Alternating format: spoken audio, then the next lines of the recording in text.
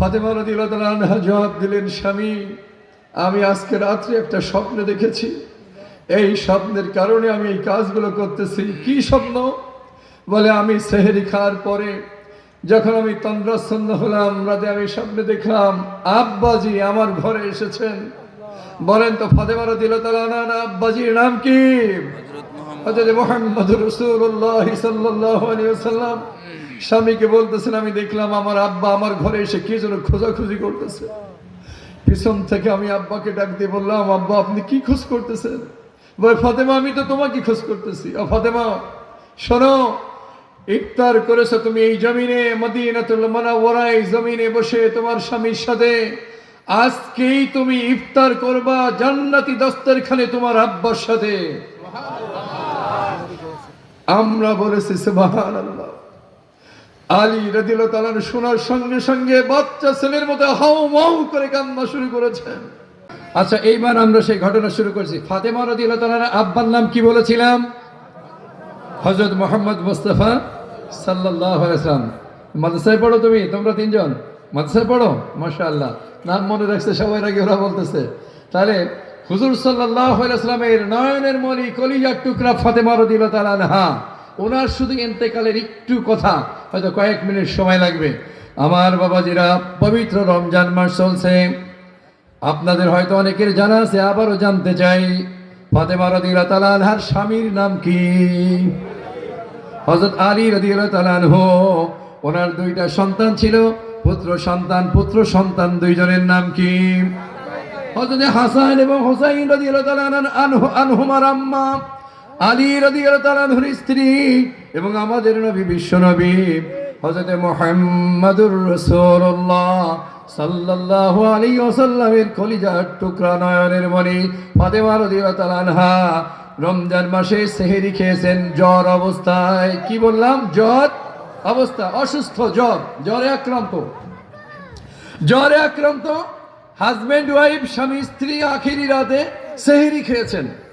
ফাতেমা রাদিয়াল্লাহু তাআলা আনহা অসুস্থ, তিনি অসুস্থ অবস্থায় রোজার নিয়ত করেছেন, সেহরি খেয়েছেন। ফাতেমা রাদিয়াল্লাহু তাআলা একটা অভ্যাস ছিল, যখন তিনি ফজরের নামাজ আদায় করতেন, ইশরাকের নামাজ না পড়া পর্যন্ত কখনো জায়নামাজ থেকে তিনি কখনো উঠতেন না। সৌদি আরবের নিয়ম, আরব দেশের নিয়ম, আউয়াল ওয়াক্তে নামাজ পড়া। ও বাবাজিরা, আমাদের দেশে আউয়াল ওয়াক্তে যদি নামাজ পড়তে হয়, ধরে নেন 5:30টার সময় ওয়াক্ত শুরু হয়। আপনি যদি 5:30টার সময় যদি নামাজ পড়া শুরু করেন, সূর্য উদিত হয় কমপক্ষে 6:35 তাহলে প্রায় 1 ঘন্টা অথবা 1.25 ঘন্টা। আমি অ্যাকুরেট টাইম বলতেছি। আজকের জন্য ফজর শুরু হবে 5:20 ফজর শুরু, আর সূর্যোদয় হবে 6:39। তাহলে 5:20 ফজর শুরু হলো। ধরে নেন এই 1 ঘন্টা 10 মিনিট বা 15 মিনিট পর্যন্ত তিনি জায়নামাজে বসে থাকেন নামাজ আদায় করে। এরপরে সূর্য উদিত হওয়ার পরে অপেক্ষা করেন 20 মিনিট বা 15 মিনিট বা 18 মিনিট বা 23 মিনিট। তাহলে সব মিলায় ন্যূনতম 1.5 ঘন্টা জায়নামাজে বসা থাকেন। এটা ছিল নিত্য দিনে ফাতেমা রাদিয়াল্লাহু তাআলা আনহার একটা অভ্যাস। আলী রাদিয়াল্লাহু তাআলা ওনাকে জ্বরে আক্রান্ত অবস্থায় একই সাথে স্বামী স্ত্রী সেহরি খাওয়ার পরে ফাতেমা রাদিয়াল্লাহু তাআলা আনহা জায়নামাজে বসলেন নামাজের জন্য। আলী রাদিয়াল্লাহু তাআলা আনহু মসজিদে নববীতে চলে গেলেন ফজরের নামাজ জামাতে শহীদ আদায় করার জন্য। আলী রাদিয়াল্লাহু তাআলা নামাজ আদায় করে যখন বাড়িতে ফিরে গেলেন, সূর্য এখন উদিত হয় নাই। দেখেন ফাতেমা রাদিয়াল্লাহু তাআলা আনহা জায়নামাজে বসা নাই। মনে মনে ভাবলেন, ফাতেমা তো জীবনে কোনোদিন এমন কাজ করে না। জায়নামাজ থেকে সূর্য উদিত হয়, এরপরে অপেক্ষা করে ইশরাকের নামাজ আদায় করে তারপরে সে অন্য কাজে ব্যস্ত হয়। ফাতেমা রাদিয়াল্লাহু তাআলাকে না পেয়ে আলী রাদিয়াল্লাহু তাআলা খুঁজতেছেন, জ্বরে আক্রান্ত অবস্থায় আমার স্ত্রী কোথায় গেল। খুঁজতে খুঁজতে দেখেন রান্নাঘরের মধ্যে ফাতেমা রাদিয়াল্লাহু তাআলা আনহা 3টা কাজ করতেছেন। কয়টা কাজ? এক হলো পাতিলে পানি দিয়ে চুলা জ্বালাচ্ছেন, পানি গরম করতেছেন। আলী রাদিয়াল্লাহু তাআলা দেখলেন একটা বলের মধ্যে বা ডিশের মধ্যে অনেকগুলি আটা নিয়ে পানিতে ভিজে খামির করেছেন রুটি বানানোর জন্য। দেখলেন একটা বলের মধ্যে হাসান হুসাইন রাদিয়াল্লাহু তাআলা আনহুমার জামা কাপড় পরিষ্কার করার জন্য একটা বালতির মধ্যে ভিজিয়ে রেখেছেন। আলী রাদিয়াল্লাহু তাআলা বললেন, ফাতেমা তুমি তো অসুস্থ, জ্বরে আক্রান্ত, এতগুলো কাজ একা একা তুমি কিভাবে করবা? এতগুলো আটা রুটি তুমি বানাচ্ছ, এই রুটি যদি তুমি বানাও আমরা তো 3 দিনও খেয়ে শেষ করতে পারবো না। এতগুলো রুটি বা তুমি কেন বানাচ্ছ? পাতিলের মধ্যে তুমি পানি গরম করতেছো, পানি বা তুমি কেন গরম করতেছো? হাসান হুসাইন রাদিয়াল্লাহু তাআলা আনহুর এতগুলো জামা কাপড়, এই জামা কাপড়গুলো তুমি জ্বরে আক্রান্ত অবস্থায় কি করে তুমি পরিষ্কার করবা? ফাতেমা রাদিয়াল্লাহু তাআলা আনহা জবাব দিলেন, স্বামী, আমি আজকে রাত্রে একটা স্বপ্ন দেখেছি, এই স্বপ্নের কারণে আমি এই কাজগুলো করতেছি। কি স্বপ্ন? বলে, আমি সেহরি খাওয়ার পরে যখন আমি তন্দ্রাচ্ছন্ন হলাম, রাতে আমি স্বপ্নে দেখলাম আব্বাজি আমার ঘরে এসেছেন। বলেন তো ফাতেমা রাদিয়াল্লাহু তাআলা আনহা আব্বাজির নাম কি? হযরত মুহাম্মদুর রাসূলুল্লাহ সাল্লাল্লাহু আলাইহি ওয়াসাল্লাম স্বামীকে বলতেছেন, আমি দেখলাম আমার আব্বা আমার ঘরে এসে কি যেন খোঁজাখুঁজি করতেছে। পিছন থেকে আমি আব্বাকে ডাক দিয়ে বললাম, আব্বা আপনি কি খোঁজ করতেছেন? বলে, ফাতেমা আমি তো তোমাকে খোঁজ করতেছি। ও ফাতেমা শোনো, ইফতার করেছো তুমি এই জমিনে, মদিনাতুল মুনাওয়ারা এই জমিনে বসে তোমার স্বামীর সাথে। আজকেই তুমি ইফতার করবা জান্নাতি দস্তরখানে তোমার আব্বার সাথে। আমরা বলেছি সুবহানাল্লাহ। আলী রাদিয়াল্লাহু তাআলা শোনার সঙ্গে সঙ্গে বাচ্চা ছেলের মতো হাউ মাউ করে কান্না শুরু করেছেন। এই কথা বলার এর অর্থ কি, রেজাল্ট কি জানেন? নবী বলেছেন স্বামীর সঙ্গে ইফতার করেছো, স্বামীর সঙ্গে সেহরি খেয়েছো, আজকেই তুমি জান্নাতি দস্তরখানে তোমার আব্বার সঙ্গে তুমি ইফতার করবা। এর মানে কি বলেন তো? আজকেই ফাতেমা রাদিয়াল্লাহু তাআলা আনহা ইফতারের পূর্বক্ষণে তিনি ইন্তেকাল করবেন। আজ 1500 বছর পরে বুঝতে যদি আমাদের অসুবিধা না হয়, আলী রাদিয়াল্লাহু তাআলা আনহু আল্লাহ এবং আল্লাহ রাসূলের পরে, পিতামাতা চলে যাওয়ার পরে ফাতেমা রাদিয়াল্লাহু তাআলা আনহাকে সবচেয়ে বেশি ভালোবাসতেন। বাচ্চা ছেলের মতো স্ত্রীর হাত ধরে হাউমাউ করে কান্না শুরু করেছেন। কি বলছো ফাতেমা? নবী যেহেতু বলেছেন, তুমি যেহেতু স্বপ্নে দেখেছো, এটা তো অবধারিত হবেই হবে। আজকে ইফতারের পূর্বক্ষণ থেকে তোমাকে আজীবনের জন্য আর দেখতে পাবো না। হাউমাউ করে চিৎকার করে কাঁদতেছেন। স্বামীর কান্না দেখে স্ত্রীও কাঁদতেছেন, ফাতেমা রাদিয়াল্লাহু কাঁদতেছেন। হাসান হুসাইন রাদিয়াল্লাহু তাআলা আনহু ছোট্ট শিশু বাচ্চারা ঘরের বাইরে খেলাধুলা করতেছিলেন। আব্বা আম্মার কান্না দেখে দৌড়ায় এসে একবার আব্বাকে জিজ্ঞাসা করেন, আব্বা তুমি কেন কাঁদো? মাকে জিজ্ঞাসা করেন, মা তুমি কেন কাঁদতেছ? আব্বাও কথা বলেন না, মাও কথা বলেন না। কি বলবেন? বাচ্চাদেরকে কি বোঝাবেন? ফাতেমা রাদিয়াল্লাহু তাআলার অভ্যাস ছিল, কাজের সময় যদি হাসান হুসাইন রাদিয়াল্লাহু তাআলা আনহুমা কখনো কাজে ডিস্টার্ব করতেন, বলতেন যাও নানাজির কবরে চলে যাও, নানাজির রওজায় যেয়ে নানাজির সাথে খেলাধুলা করো। নবী আলাইহিস সালাতু ওয়াস সালামের জীবদ্দশায় হাসান হুসাইন রাদিয়াল্লাহু তাআলা আনহুমা নবীর নামাজের সময় নবী যখন সিজদায় আছেন, নবীর নাতি নবীর ঘাড়ের উপরে নামাজের মধ্যে নবী সরাতে গেছেন। আল্লাহ জিবরিল আমিনের মাধ্যমে জানিয়েছেন, ও নবী, নবী যেন নবীর নাতিকে ঘাড়ের উপর থেকে না সরায়, ওইভাবে যেন আমার নবী নামাজ পড়ে নেয়। আমার আল্লাহ তাআলা হাসান হুসাইন রাদিয়াল্লাহু তাআলা আনহুমাকে কি পরিমাণ ভালোবাসতেন। তো ফাতেমা রাদিয়াল্লাহু তাআলা আনহা কাজে যদি কখনো ডিস্টার্ব হতে, বলতেন যাও নানার সাথে খেলাধুলা করো। নবীর ইন্তেকাল হয়ে গিয়েছে, নবীর মাকবারায় যে হাসান হুসাইন রাদিয়াল্লাহু তাআলা আনহুমা, আপনারা যারা আগে হজ করেছেন, আজ থেকে আরো 50 বছর 60 বছর আগে হজ করেছেন, এত মজবুত গ্রিল দেওয়া ছিল না। তো কবরের পরে ঘোড়ার মতো বসে উপর থেকে নাতিদায় কথা বলতেন, আর ভিতর থেকে নানা জবাব দিতেন। বলো সুবহানাল্লাহ। ভিতর থেকে নানা কথা বলতেন, নাতিদায় কথা শুনতেন, পৃথিবীর কেউ জানতো না, বুঝতো না। তো আজকে মা কাঁদতেছেন, বাবা কাঁদতেছেন, বলছেন ছেলেদেরকে যাও নানার ওখানে চলে যাও। এই হাসান হুসাইন রাদিয়াল্লাহু তাআলা আনহুমা নানার কবরে যখন আসছেন, মাকবারা যখন আসছেন, আজকে নানা নাতিদেরকে ডেকে বলতেছেন, ও নাতিদা এখানে কেন আসছো? বলে মা পাঠিয়েছে। বলে না, আমার এখানে আজকে থাকার দরকার নেই, বাড়িতে ফিরে যাও, বাড়িতে ফিরে যাও। তোমার মায়ের দিকে তাকিয়ে মায়ের চেহারাটা দেখো। আজকের পর থেকে আর জীবনে কোনোদিন এই দুনিয়াতে তোমার মায়ের চেহারা তোমরা দেখতে পাবে না। যা, বাড়িতে চলে যাও, মায়ের দিকে তাকিয়ে থাকো। এইবার এই দুই ছেলে কাঁদতে কাঁদতে ঘরে আসছে। মাও কান্দে, আব্বাও কান্দে, ছেলেরাও কান্দে। নাদিদা এই ছেলেদা এসে বলতেছে, আব্বা ও মা, তোমরা যদি কান্দার ব্যাখ্যা না দাও তোমরা গোপন করতে পারো, কিন্তু নানা ঠিকই বলে দিয়েছেন। নানা বলেছেন তোমার চেহারার দিকে তাকিয়ে থাকতে, তুমি আজকে আমাদের থেকে বিদায় নিয়ে চলে যাবা।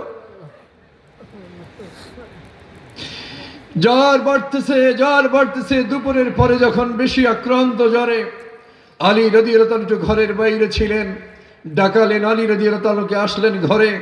স্বামীর হাত ধরে স্ত্রী বলতেছে, স্বামী আমার হায়াতের জিন্দেগিতে আপনি আমার সঙ্গে কিছু ওয়াদা করবেন এবং আমাকে ক্ষমা করবেন।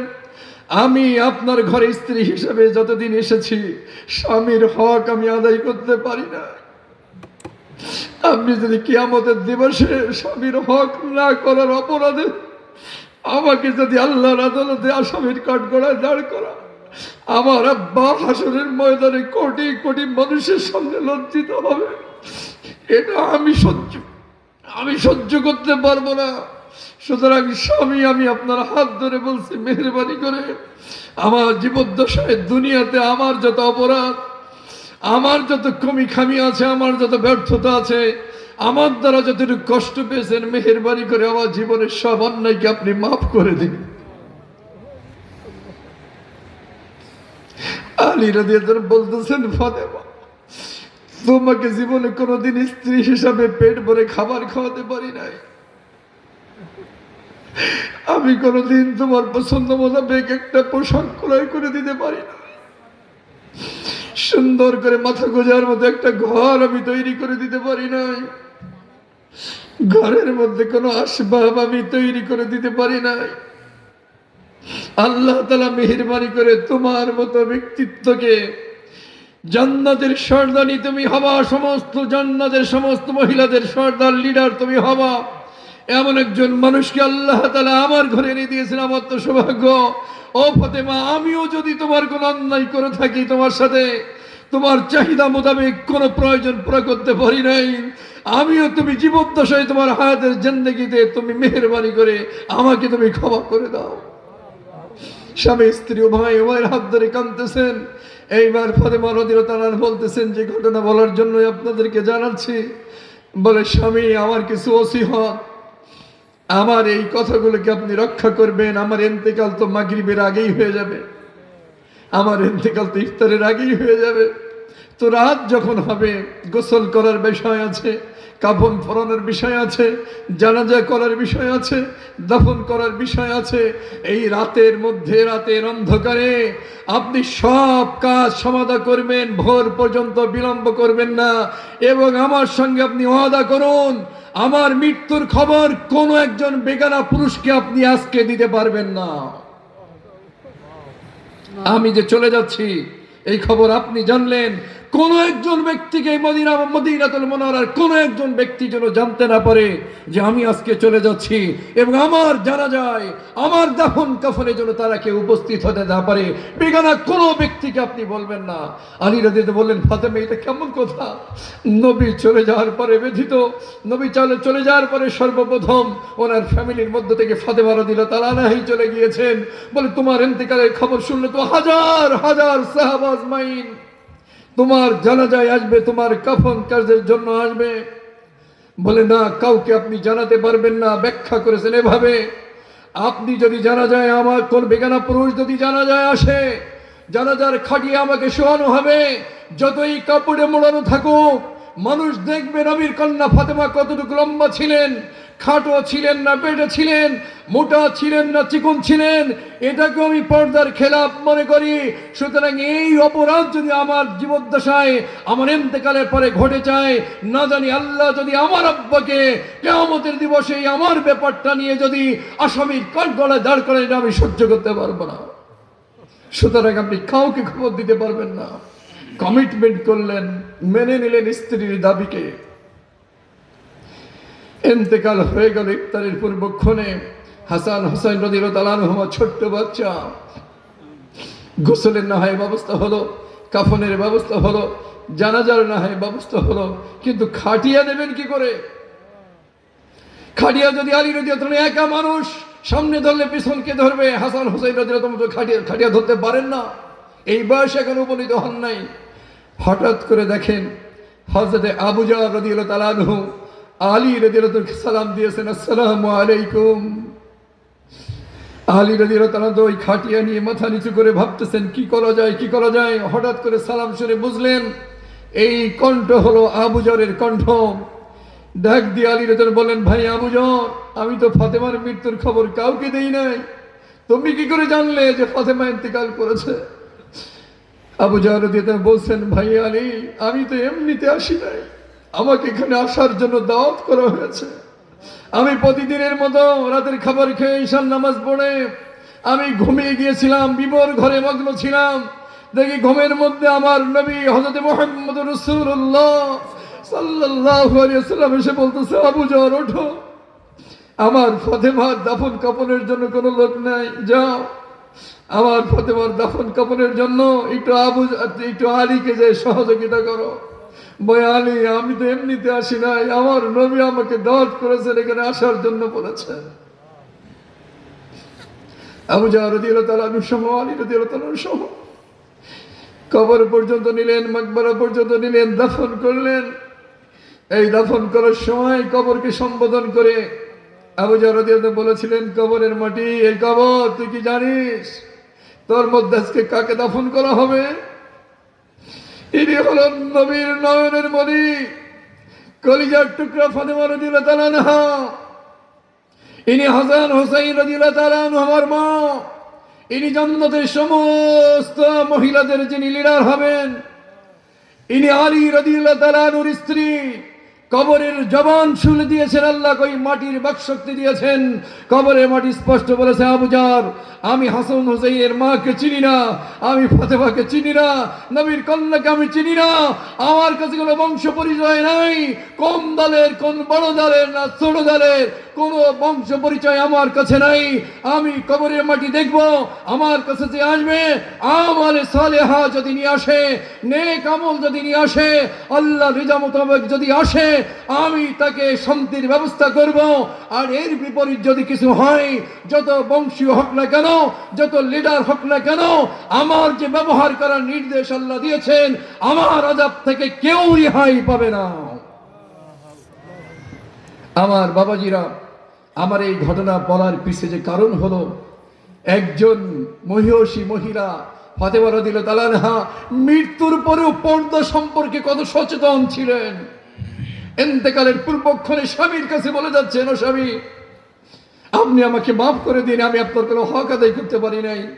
আমার মা বোনের আমরা যারা আছি, আমাদের যাদের স্বামী জীবিত আছেন, আমরা স্বামীদের সঙ্গে এমন আচরণ করার চেষ্টা করব। আমরা যারা স্বামী আছি, আমাদের যারা স্ত্রীরা আছেন,